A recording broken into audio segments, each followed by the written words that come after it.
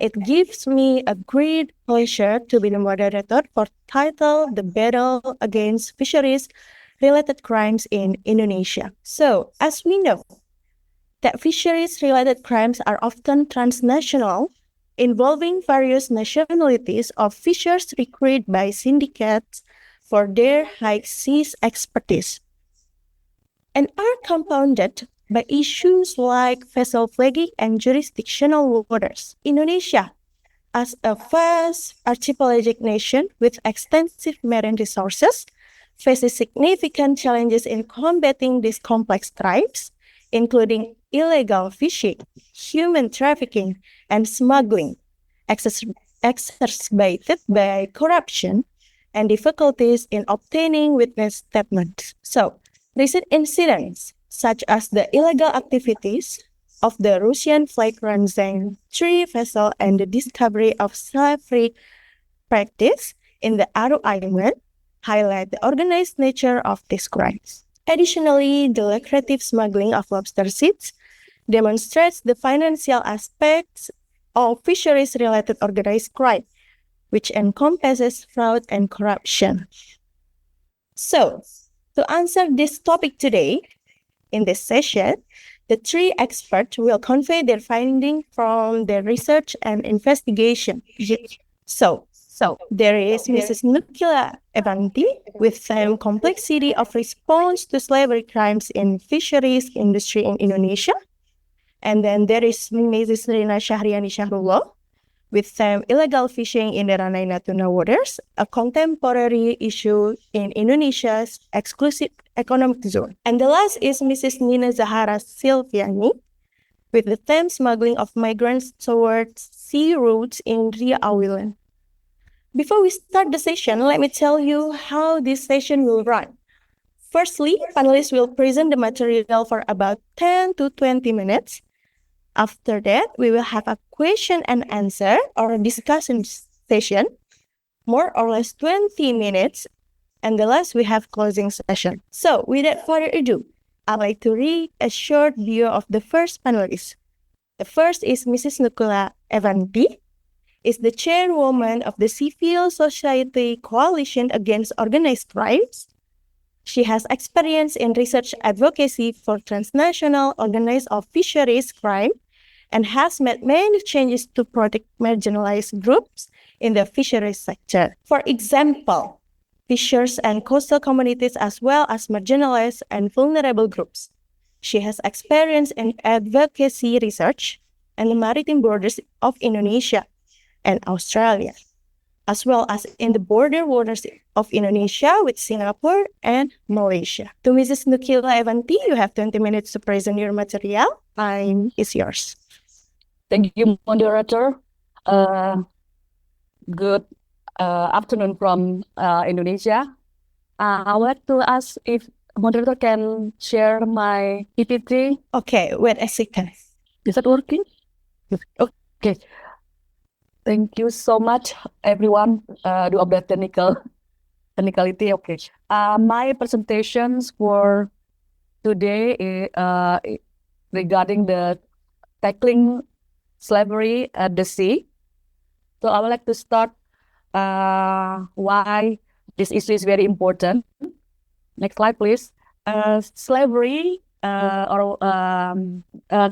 can be in the form of various crimes. Yeah, it can be on the land, it can be on the sea, and it has been proven to happen where people are held against their consent or their will, and have to endure long hours of work, enduring torturous working situation in food, in the bedroom, and so on.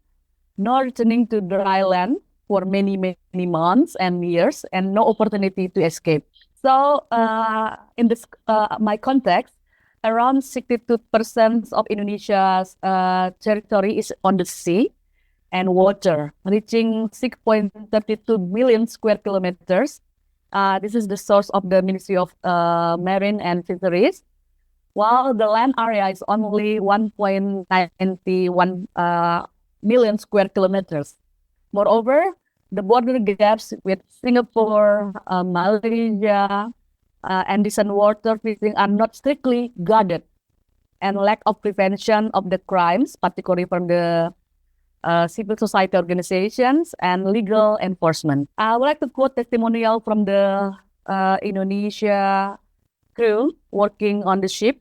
He said, "Our friends are kept in fish coolers for up to a month. They, the others colleagues, eat deliciously, while we often eat the fish that are usually used as a worm." This is the Indonesian crew members, migrant fisher of the Chinese flag Wu Yuanyu, 1806. Why we bring slavery at the sea? Because the dreadful treatment of migrant fisher workmen working on board distant water fishing vessel from China, Thailand, Taiwan, the UK, and the US have been well documented by international media. This vessel traveled the high seas for many months in order to catch tuna and other high-value fish that big international companies purchase to process and turn into consumer product and then sell it to the consumers. Some factors on forced labor and human trafficking, this interlinkage, not enough fish left to catch near the shore, then fishing vessel would have to go further away, continents away, just to catch their bounty. Then it needs a longer travel time, would mean higher costs for fuel and supplies. In fishing for profit, the consequences of diminishing return result to serious labor abuses, which exploit vulnerable workers to reduce costs. This is also the factor of the demand and needs jobs. There are growing demand for seafood everywhere in every country in the world, and commercial fishing vessels need to work overtime and catch as much as they can, whenever they can. Need manpower or labor from Indonesia, Cambodia, Myanmar, Thailand, and the Philippines. The worker want to live a better life because they don't have the job, right? Unemployed, and they see this is the easy way to find job and earn money. They seek employment abroad. For most, at the end, their freedom ends once they step on board. This is the picture of the sea authority rescued some Indonesian from the sea. It is just recent cases. What about the challenge, the obstacles?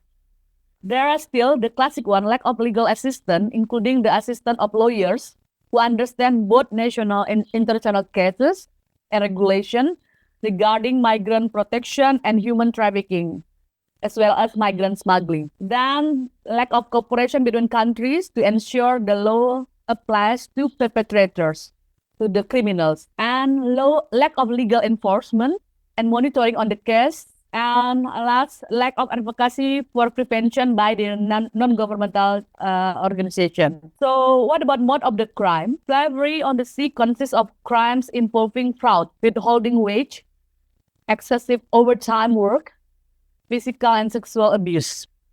While the mode of the crime is recruitment by the company, prospective crew members on ship are usually lured by the promise of high salaries, a good working atmosphere, bonus, and dreams of being free from the debt bondage. So we have recommendation here.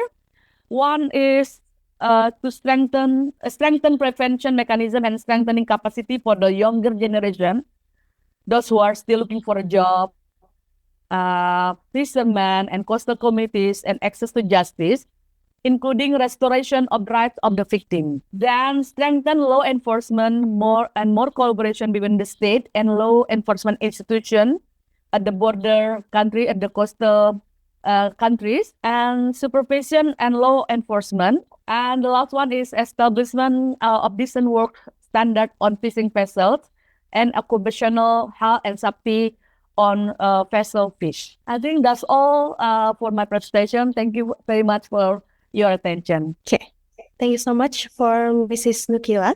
That was a very comprehensive presentation. So let me to provide a brief conclusion.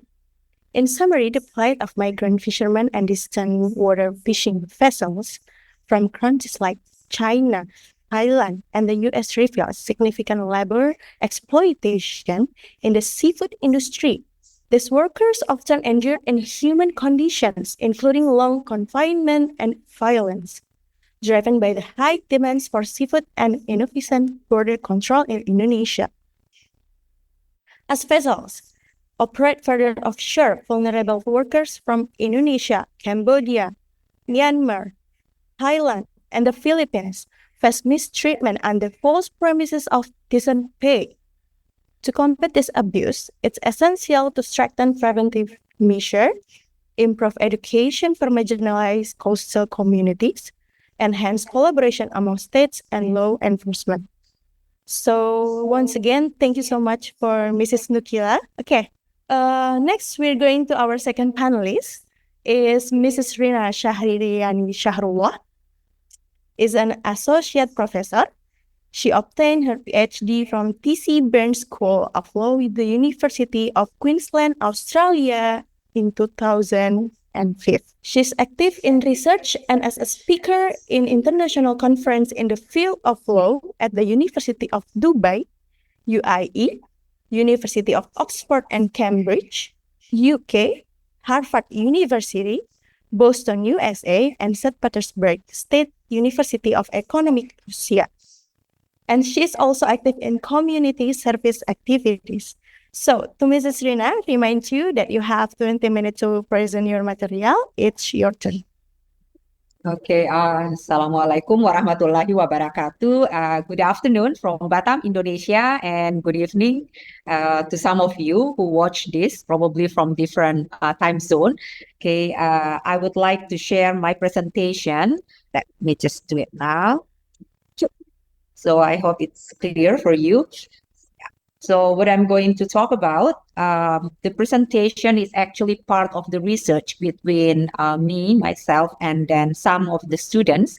And also we collaborate doing this for the purpose of publications in one of the Scopus journal in Indonesia. So I've got another co-authors also dealing with these issues. But today, I'm going to present to all of you about the dilemmas relating to illegal fishing by foreign nationals in the Indonesian exclusive economic zone. So this is very interesting because as Mbak Nukila already mentioned, that Indonesia's maritime territory covers an area of about 5.9 billion kilometers, comprising 3.2 million kilometers square of territorial waters, and then 2.7 million kilometers squares of the exclusive economic zones. Because of the regimes, the territorial regimes of Indonesia on the sea that's so wide, and then we, the Indonesians, also, in addition to have our territorial sea, we have also contiguous zone, and we have the ZE, yeah, or EEZ in English, economic exclusive economic zone. So that's a lot of incidents going on, in particular relating to the illegal fishings conducted by the foreign nationals in the EEZ of Indonesia. Indonesia also one of the country of the states which ratified UNCLOS 1992 through our law number 17 of 1985. It's very interesting because under the United Nations Convention, the law of the sea prohibits imprisonment for violations of fishing regulations. And then our fishery laws, which is number in 2009 concerning this fishery, is actually also incorporate the article from the United Nations Convention on the Law of the Sea. So in order to comply with that, so this is the fishery law number 45 of 2009, also stipulate that for those, especially for the nationals, foreign nationals who are involved in the illegal fishing in the EEZ of Indonesia, there cannot be imprisoned.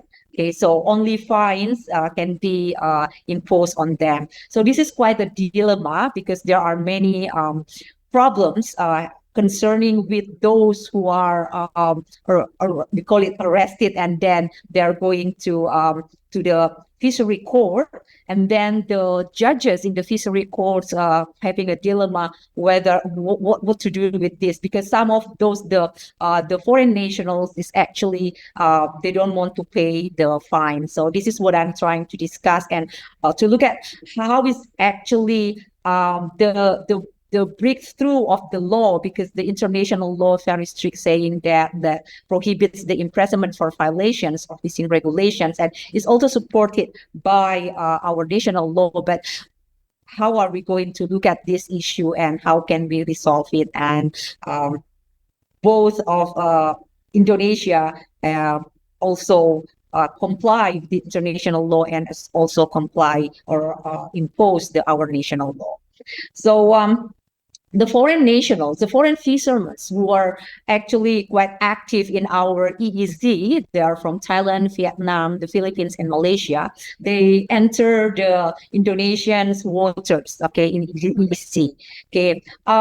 And the area of Indonesia which are quite vulnerable for illegal fishings are Natuna, but we are located in the Kepri Island, or we say that the Kepulauan Riau Islands, because Natuna is part of the regency of that province. And also from the North Sulawesi province, and then Maluku, and the Maluku province, and then Arafura Sea. So these regions is quite high risk, because it has lots of fisheries resources, and then it's very close to international waters or the high seas, so making it quite easy for those foreign vessels or foreign fishermen enter the EEZ of Indonesia illegally. But it's not only like that, but the government of Indonesia is already make a cooperation with among the ASEAN countries. Okay, we have bilateral cooperations.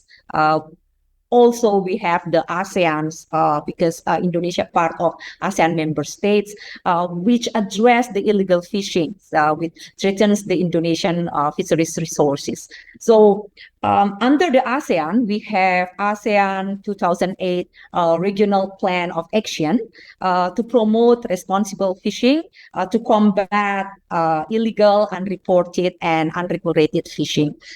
So this is actually the international action plan to prevent, to deter, and to eliminate illegal, unreported, and unregulated fishing. So Indonesia, not only individual states with, for example, with Indonesia and Malaysia, or Indonesia with Thailand, Indonesia with Vietnam, but also among the ASEAN member states, Indonesia is very active to address the issues of illegal fishing, because Indonesia suffers a lot, lost a lot of billions dollars because of this illegal fishings in the EEZ of Indonesia. So when we see this, okay, there's actually the challenges that Indonesia face regarding the illegal fishings, because our monitoring infrastructure is very limited. It's not like those the foreign vessels who enter Indonesia with their very sophisticated equipment, very modern equipment, while the Indonesians are very limited monitoring infrastructures, and then also insufficient funds for operational surveillance, and the shortage of fisheries police and civil servant investigators. So because of this, make the foreign vessels or the foreign fishermen quite easy to enter the territory of Indonesia, in particular the EEZ of Indonesia.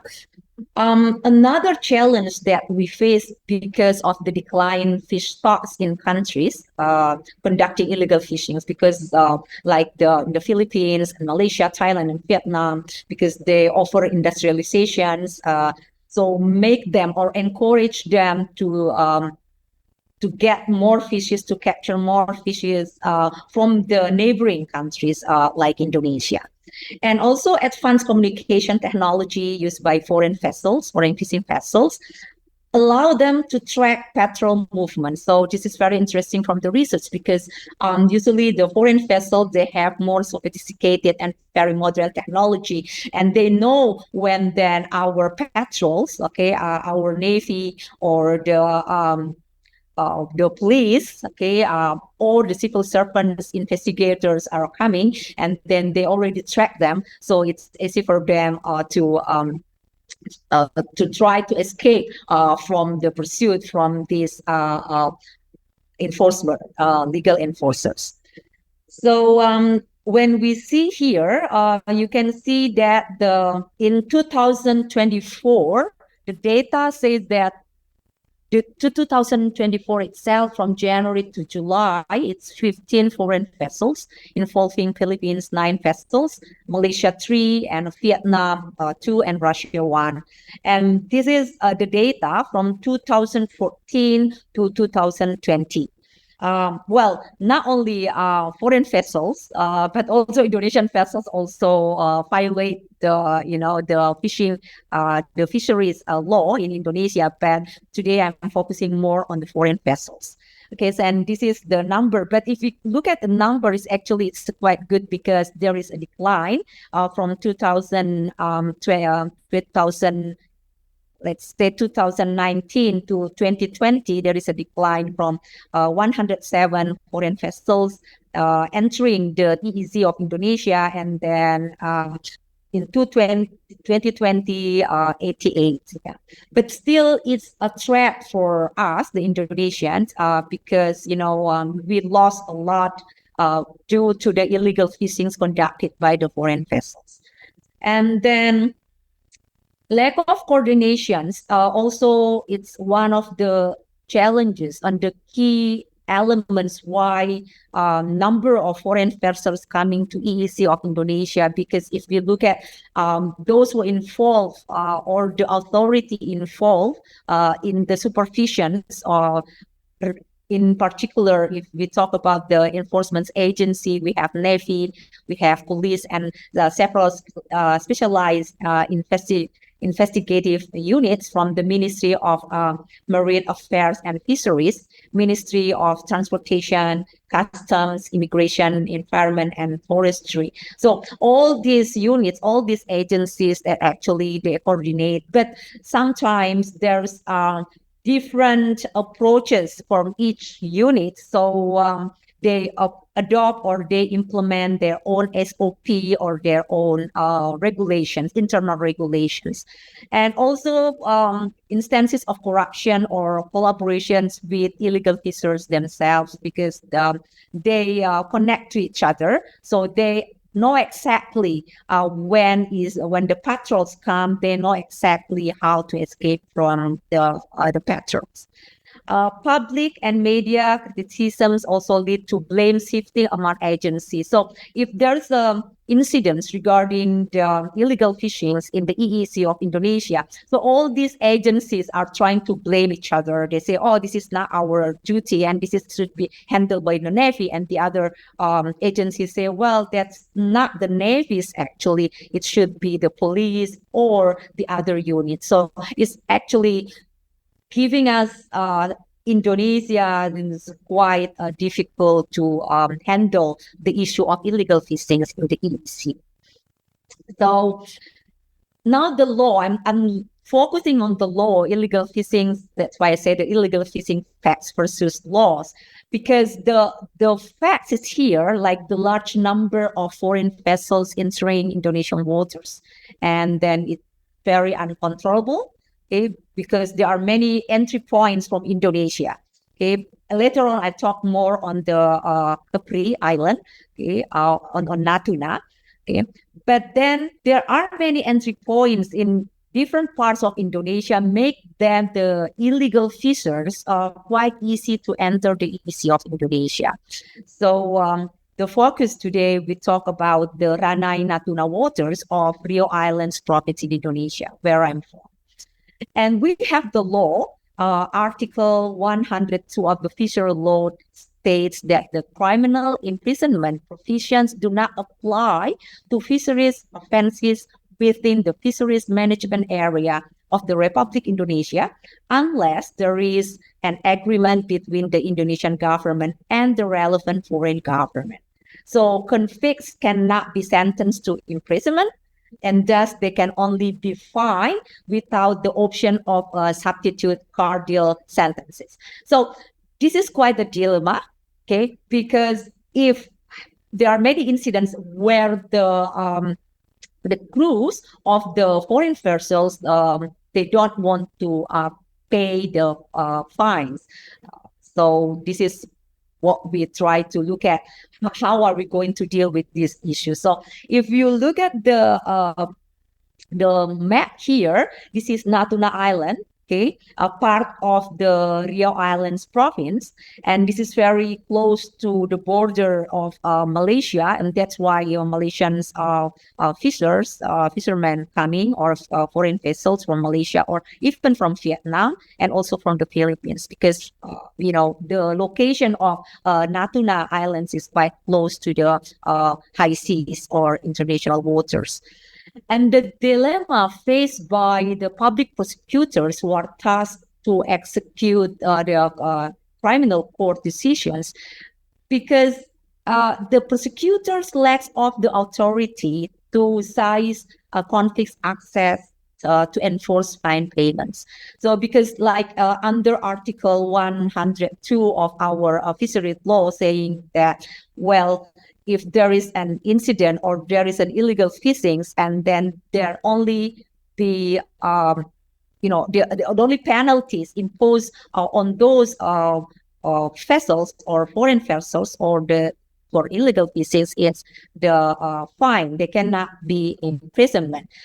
So this is the dilemma faced by the public prosecutors, and it becomes difficult for the public prosecutors and also for the judges, because there's a Supreme Court circular letter number 3 of 2015 states that for illegal fishing in the EEZ, only fines without alternative imprisonment can be imposed. So this is emphasized, okay, the fisheries law of Indonesia, that if there's an incident relating to illegal fishing in the EEZ of Indonesia, so only fines can be imposed. And then there's based on our research, we propose that there should be a breakthrough that we do it here based on Article 102. Fisheries law should be revised. That's what we consider submitted to the government.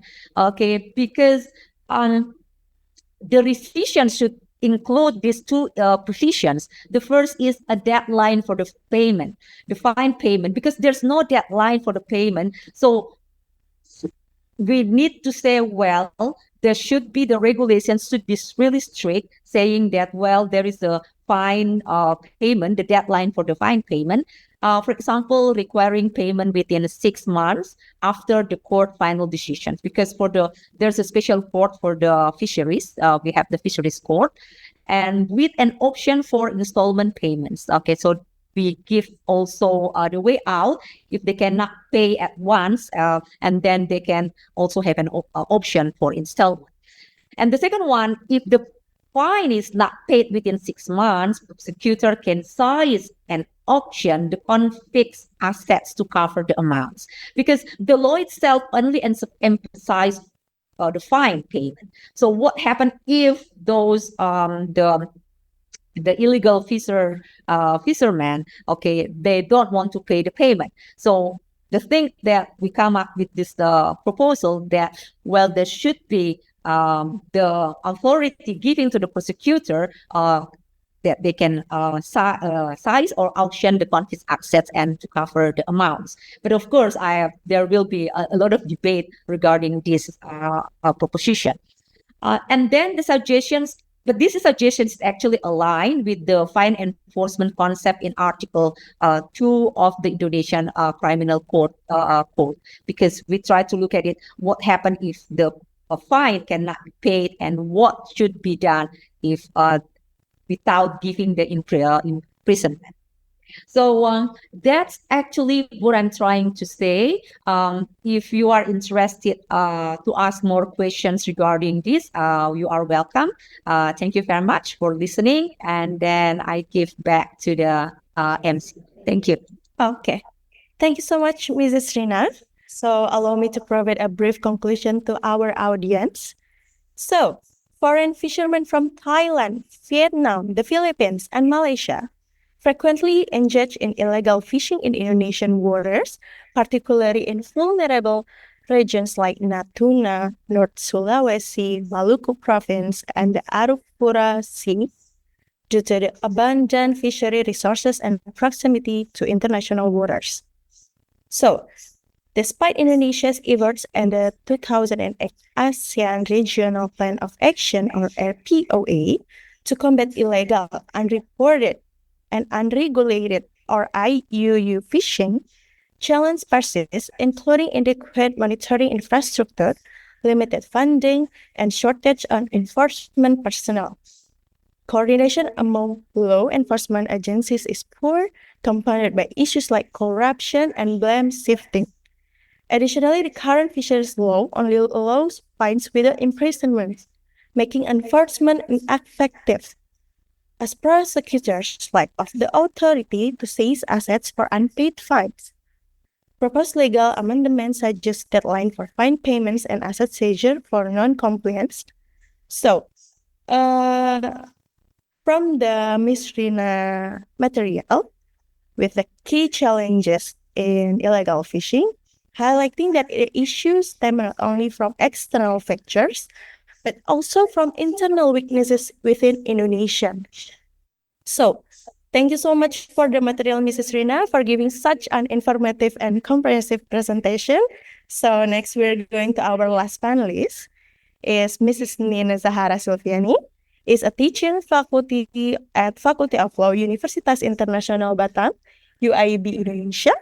She also the head of ASEAN Studies Center in UIB, and she has specialization to teach marine and fisheries issues. So, to Mrs. Nina, you have 20 minutes also. Time is yours. Okay, thank you so much, Miss Cynthia, for your opening. And actually, it's quite okay. It's stable right now. The internet is quite unstable back before, but now I think it's fine. Can you see my presentation for now? Already show. This screen? Okay. If everything is fine, so shall continue my presentation. So, hello everyone. Good afternoon from Batam, Indonesia, to all of you from all over the world. In this session, I would like to discussing about the migrant smuggling in Rio Islands as a transnational organized crime and international cooperation point of view. So I think this presentation is quietly coming from my own thesis research, for my own master degree thesis that talking about the migrant smuggling in Rio Islands by the sea.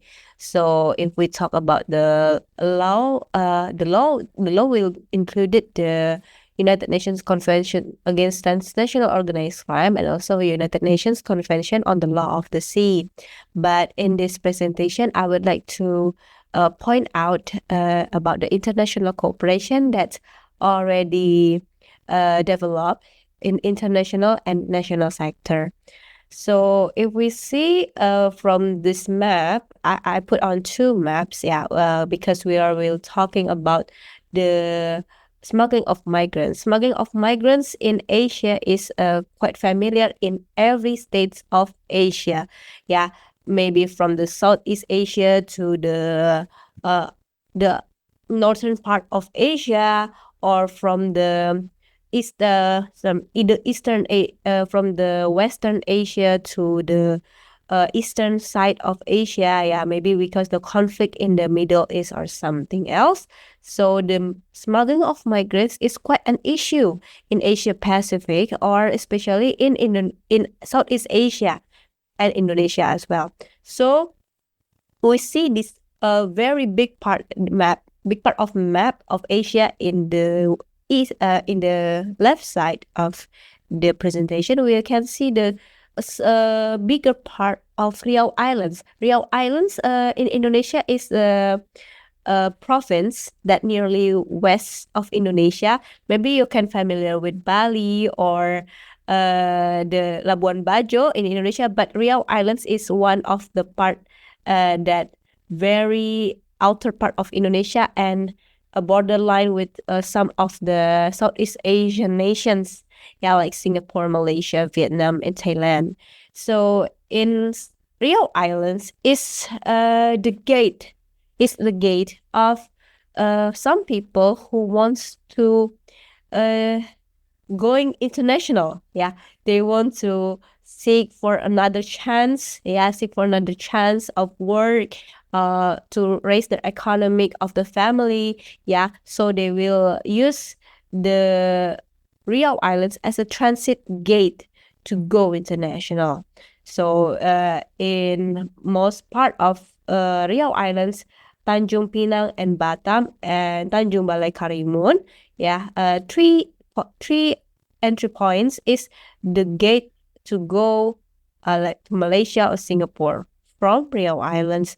Only from the sea roads and by the sea lanes. Yeah, they cannot go out by car or by the plane. They cannot. They just can do it by the ship or ferry. Like we said, it's a ferry. Okay, for the discussion, maybe we'll start from I'll took this legal aspect about the smuggling of migrants by the sea from United Nations Convention Against Transnational Organized Crime. Yeah, and the smuggling protocol and Article 7 mention that state parties shall cooperate to the fullest extent possible to prevent and suppress smuggling of migrants by the sea in accordance with the international law of the sea. So even the UNCLOS itself, yeah, the smuggling protocol itself already mentioned that we need to cooperate with not only one convention but two conventions, and all the state parties need to cooperate. Yeah, if we talk about the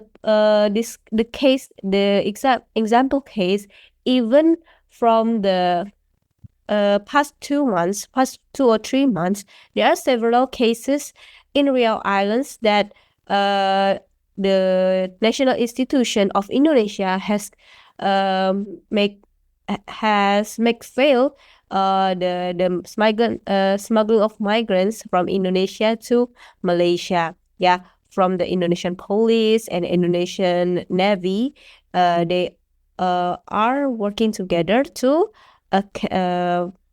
fail the transportation of the migrants. Yeah, from transportation of the migrants. And so if we talk about the push and pull factors, yeah, we talk all about in the Asia Pacific region. Yeah, in Southeast Asia, in security and political factors remain the main driving forces for migrant smuggling. And in South Asian, maybe it's more about economic factors, economic disparities, yeah, that makes them to need to do the migrant smuggling and looking for another economic support in other country. But in Southeast Asia, yeah, in Southeast Asia, we are have mostly the push and pull factors of the smuggling of migrants is the economic sector. Yeah, because people need to make more money. Yeah, they think when they go abroad, they will make more money to support their family or themselves. Yeah. And then we need to see the relations between smuggling of migrants with as the transnational organized crime with the maritime crime. Yeah, UNODC itself has already mentioned that it is related. Yeah, because the human trafficking and also the smuggling of migrants is two different things. Yeah, two different things because they have two different background. But the smuggling of migrants is when they do the smuggling of migrants by the sea routes, it will consider as a maritime law, and it will need attention not only from the national sector, they need an attention from international sector, especially the institution that related to gatekeep the sea lanes. Okay, this is the example of the smuggling of migrants that nearly happens around Rio Islands. They usually using the small ships or the fisheries ships. Yeah, the that small sizes ship that's more that's mostly be used by the migrants who want to migrate from Indonesia to abroad or from the other countries to back to Indonesia. Yeah, they will stop by nearly maybe 20 meters or 30 meters from the land, and then they will swim to the land. And it's quite not only can give some I don't know how to say it can make losses in national national sorry pendapatan Indonesia, yeah, and then national income. Okay, sorry, it can make losses from national income. It also quite dangerous to their own safety of life. So it can be considered as a human security problems as well. So the modus operandi, yeah, we talk about the smuggling of migrants. It will come from legal entry, illegal stay, or illegal entry, illegal stay. That's the modus of people who wants to go abroad to looking for illegal jobs. Yeah, they stay there illegally or they coming back illegally.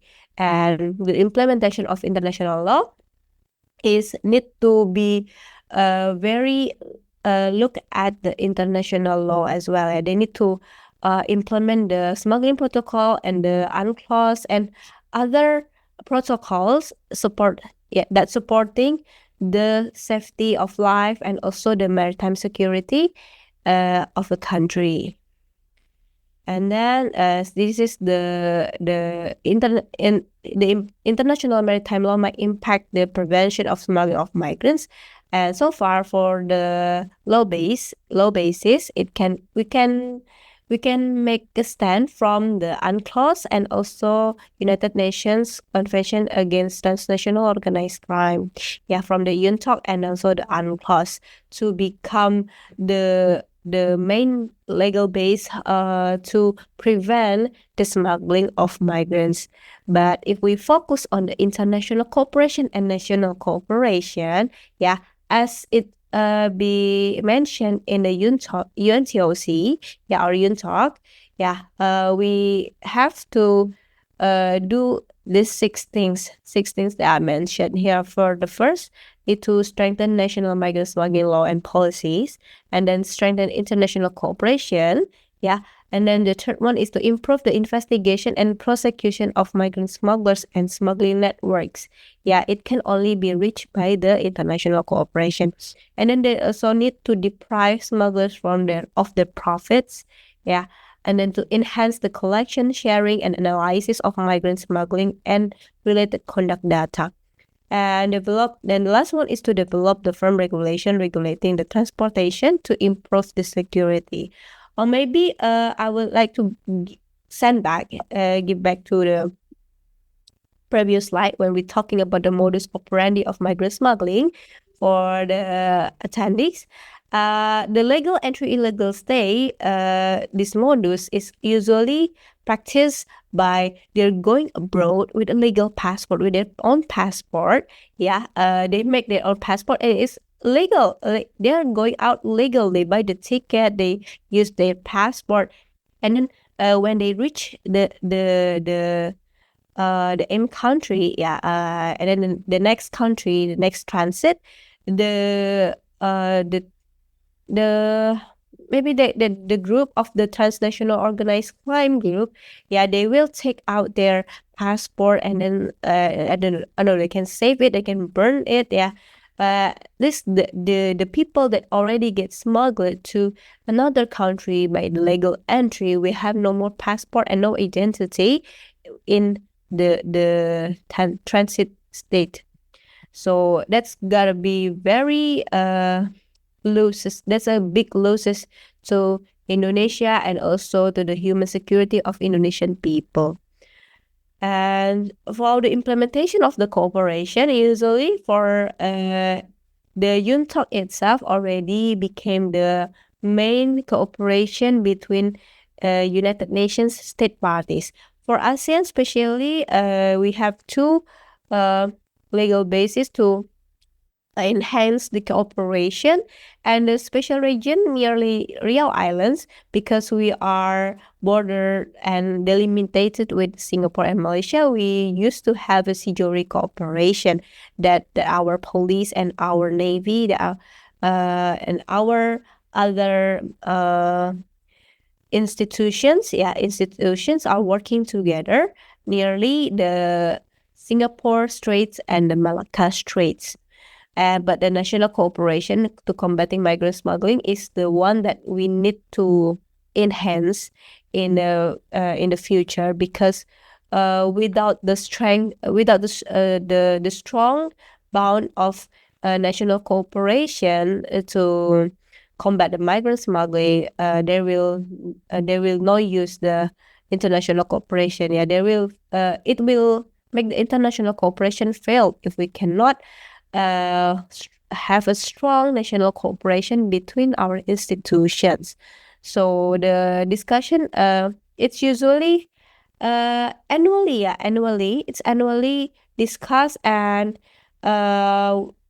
together between all the institutions by Indonesian institutions, to combat and prevent the smuggling of migrants, because it's usually happen in Batam, in Riau Islands. So the meetings is usually held in Riau Islands. I attended the meeting once in the Indonesian police in Polda Kepri, the Riau Islands police office.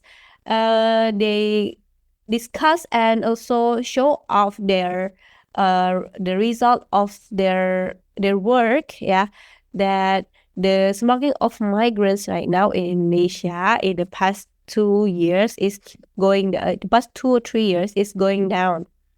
They're going up sometimes, especially in 2020 when the early COVID-19 era, because so many people from the other states like Malaysia and Singapore are going back to Indonesia. They're going back to their hometown, and now since the COVID is gone, not really gone actually, maybe it's stay there, but with the herd immunity, people are going again. They're going abroad again. They find their jobs again outside the Indonesia. They try to go to Malaysia to work as illegal worker. But it's not as high as the before. And from the Indonesian Navy's data itself, from 2023 to 2024, there are a lot of decline of number in migrant smuggling by the sea in Riau Archipelago, Riau Islands, based on the data from the International Navy. But the increase in maritime traffic security around the Riau Islands and the Malacca Straits due to improved coordination. So the coordination between these institutions, and included the Indonesian police, Indonesian Navy, even the Indonesian the armies, and also the Bakamla. The Bakamla is a coast guard, and also the Ministry of Transportation. It's create a degradation and also the decline number in the migrant smuggling nearly Riau Islands. But actually, it's not a very good improvement, because when they are focusing on the migrant smuggling at the sea, that's the number is already going down. They are not really focused on the other types of human trafficking, because when the smuggling of migrants is going down, actually the potential of human trafficking, they are focusing on the online gambling sector in the other states of Southeast Asia is rising.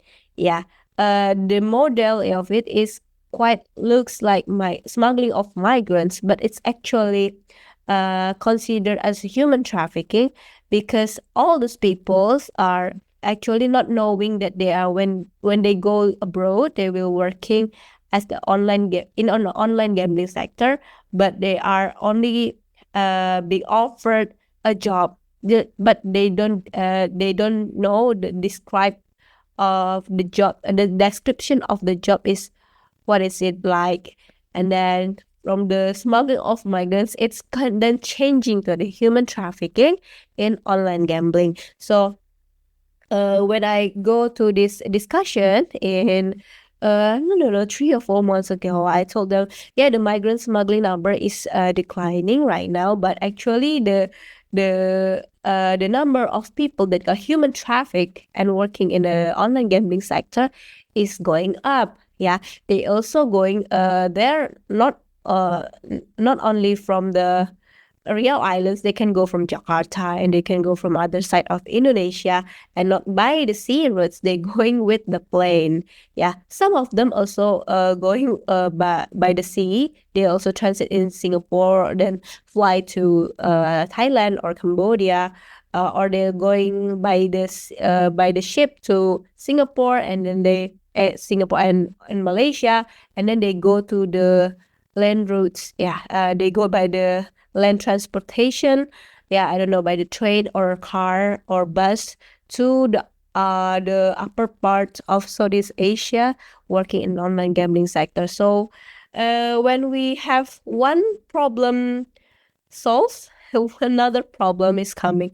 So maybe the conclusion is we need to pay more attention. These people, this institution need to pay more attention.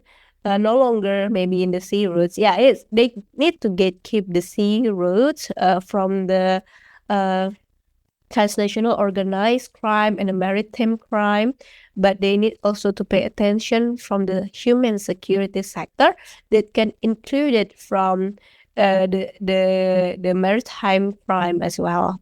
So maybe that's all from me. Yeah, it's quite not only from my research, that's also included from other people's research and the news that are updated in the nearly Riau Islands that I can hear from the local people. And that's all from me. Thank you so much for all the attendees and the participants and the panelists. I'm giving back the screen to the moderator, Miss Cynthia. Thank you so much, Miss Nina. So from Miss Nina, we know that in Asia, various factors drive this smuggling, like insecurity, political issues, economic disparities, poverty push migrants to seek better opportunity abroad, and then significant economic differences between neighboring countries. And nowadays, there is concerning shift in smuggling routes linked to human trafficking in online gambling sectors in South Asia, to Cambodia or Philippines or others. So thank you so much, Mrs. Nina, for the material. That was also a very comprehensive presentation. Okay, ladies and gentlemen, now we have that learned about the comprehensive view of several transnational crimes. Now we've come to Q&A or discussion session with our panelists. Maybe I think there's a question in question and answer box. I think there is some question, and some of them is answered by Miss Rina. So first question is, how important is community involvement in preventing and reporting fisheries-related crimes? And what initiatives are in place to educate and engage local communities? To Mrs. Rina, want to share your answer? Yeah, okay, thank you. Thank you so much to those who give me questions. There are several questions that I try to type it while Miss Nina is presenting. Well, let me explain first about the community involvement. It's very significant roles because we have what we call it kelompok masyarakat pengawas. So translated in English, the community monitoring group. Okay, so this community monitoring group, they are given a logbook format, which is provided by the Department of Marine Affairs and Fisheries. Okay, and then they filled out the logbook, okay, and records all their findings because they have their own territory with which area they are going to supervise. Okay, so they conduct very regular check or supervision or irregular, and then all those incidents that they the community group, okay, or we call it in Bahasa Indonesia is Pokmaswas, or the community monitoring group. If there is something that's suspicious relating to the illegal fishing, and then they report it first to the head of the village or the government in their village, okay, and then or to the law enforcement or the law enforcers. And also they reported to the Department of Marine Affairs and Fisheries. So anything that they find, they first report it directly, and then that's the authority will take actions relating to the reports, whether this considering like the violations, or if it's a violation, the authority is going to to make immediate actions, or it's just a suspicion, things like that. Okay, and then what initiatives are placed? Yes, each village, which is particular the coastal area, which is near to the coastal area in.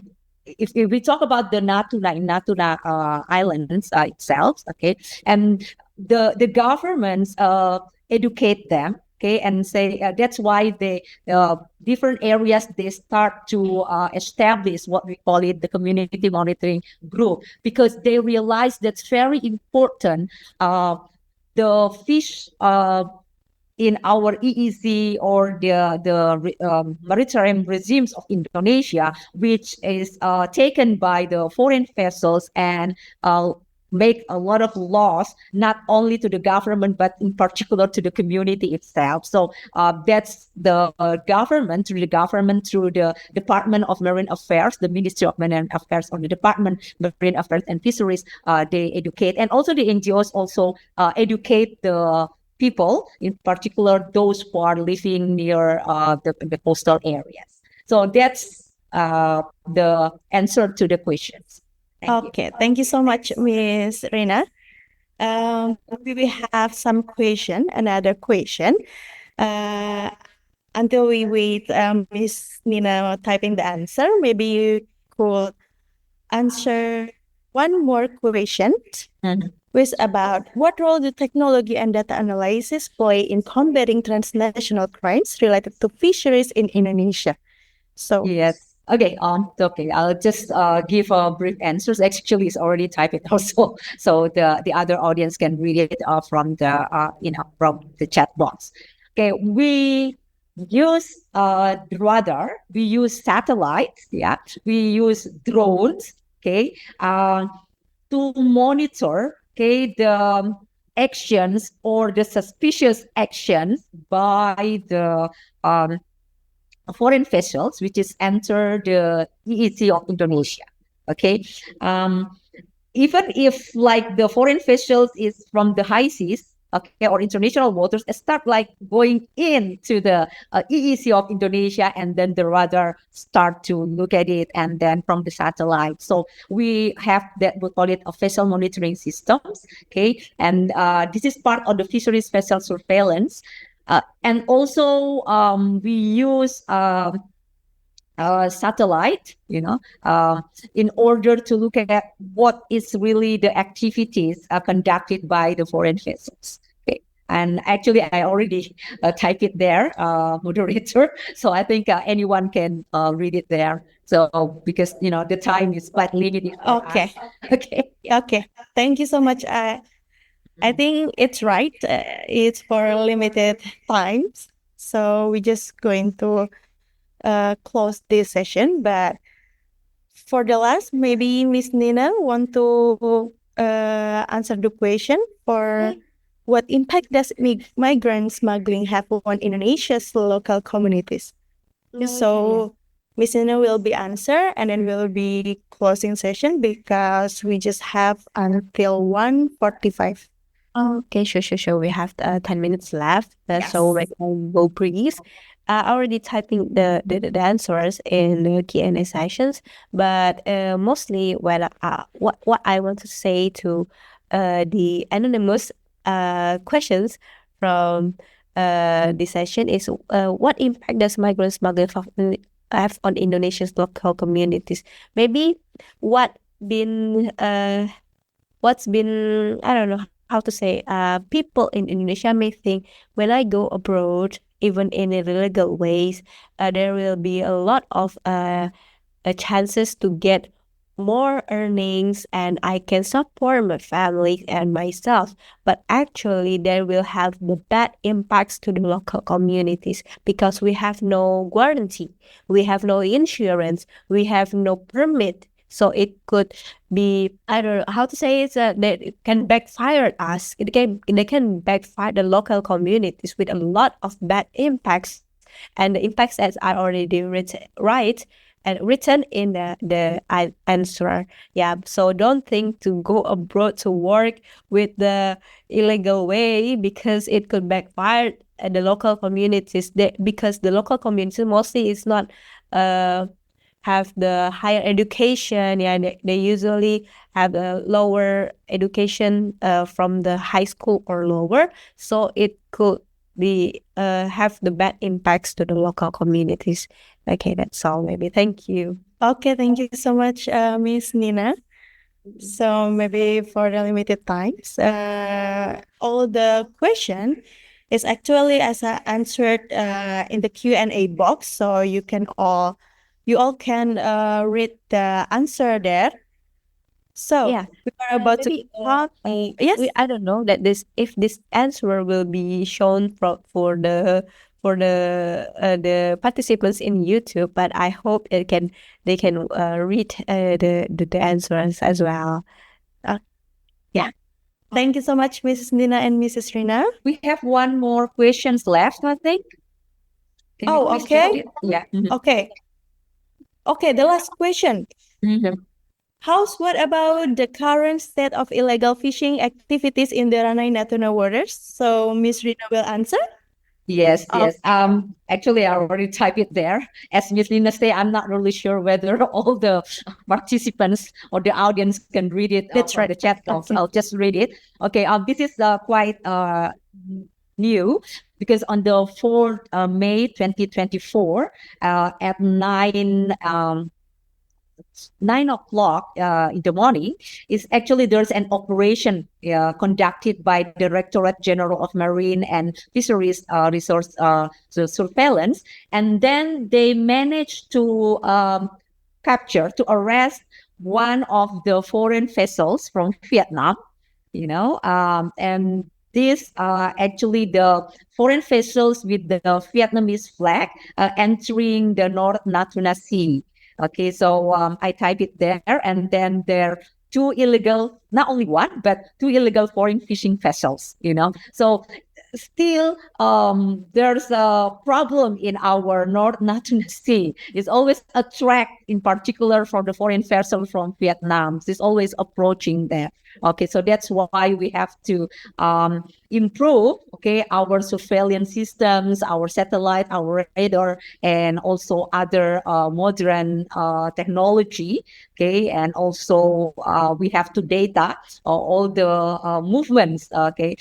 From that the satellite in order to find out the threat to us, the Indonesian, in particular relating to our fisheries, resources. Okay, that's my answer. Hopefully that's all the answers here can be read by the audience because it's more, we type it like that. So it's more informative rather than we have not much time to discuss about it orally. Back to you, moderator. Okay, thank you so much to our panelists. So Miss Nina, want to add something? Yeah, sure. Just like Ma'am Rina, so I'd like to read the answers. What impact does the migrant smuggling have on Indonesian local communities? Okay, first, I would like to mention the inadequate earnings due to the working without proper authorization or without the permit. Yeah, because if like we saying in Malaysia that the baseline of the earnings is about like 1,000 ringgit Malaysia, and for the migrant smuggling, they maybe only can get like 500 ringgit Malaysia. They can cut the earnings to half. They can cut the salary to half, and it's very inadequate. That's the first risk and the first impact that can happen to the local community of Indonesia that going abroad as a migrant smugglers, migrant smuggling people. And then there is the threat of life and safety associated with the hazardous work. And then also the risk of being detained by the authorities in another country. The risk of the human trafficking, just like I said, in the online gambling sector. That's a very common these days. And then the last one is the safety risk due to the use of unseaworthy vessels. Yeah, because like I show you back in the several presentation, they use the small ships that not properly to go abroad. Yeah, we cannot use that kind of ship to go abroad. In Riau Islands water area, as Riau Islands is covered by 92% of sea. Yeah, that's a very high risk to use the small ships and unstandardized ships to go to another country. So maybe that's for the national sector, national perspective. There might be the loss of national income from taxes of legal migrant worker, but let's not talk about that. Let's focus on the people and the migrants itself. That's all from me. Thank you. Okay, thank you so much to our panelists. So we are about to come to an end of this session. Thank you so much for the panelists, and thank you for audience who attend this session. So from the material, overall had timeliness to cope with the issues, which is involves a deeper focus on regulation, raising public awareness through outreach, and strengthening collaboration and cooperation between countries.